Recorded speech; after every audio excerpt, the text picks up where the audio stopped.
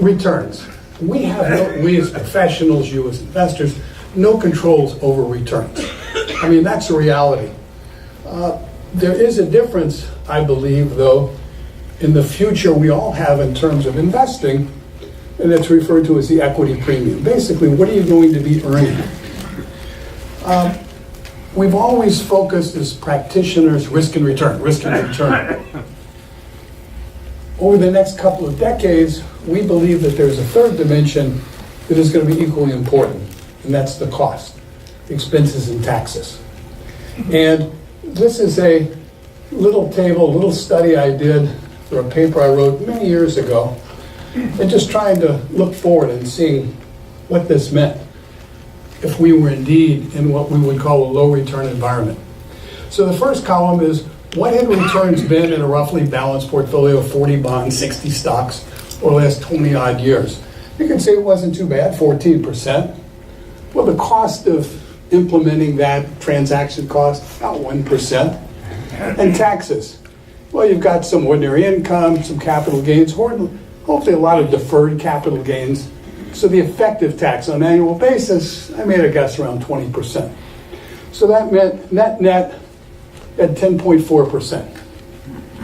Looking forward, I'll show you in a minute why, I believe, and now there's a pretty strong consensus, returns for the next 10 years, probably 20 years, are likely to be historically much lower than in the past. So my projection, 7.8%. Expenses don't go down. That 1% is a bigger bite out of the small return. But when I first did this, I said, thank goodness, at least taxes are proportionate. So a little less of a tax bite, that's still a pretty sobering number. 5.4% out of a 60% stock portfolio. Unfortunately, that wasn't all the bad news. I left something out. What I left out is all anyone can spend is what we call real dollars after inflation. So I subtracted inflation off of it, I came up with 2.4%. So that's the sobering reality, that returns, if indeed they are low over the next decade or two, are going to be historically very low. So what's left over after expenses, taxes, and inflation is likely to be quite modest. So what do we do about that? Since we can't control returns, we need to focus on controlling the cost of the process.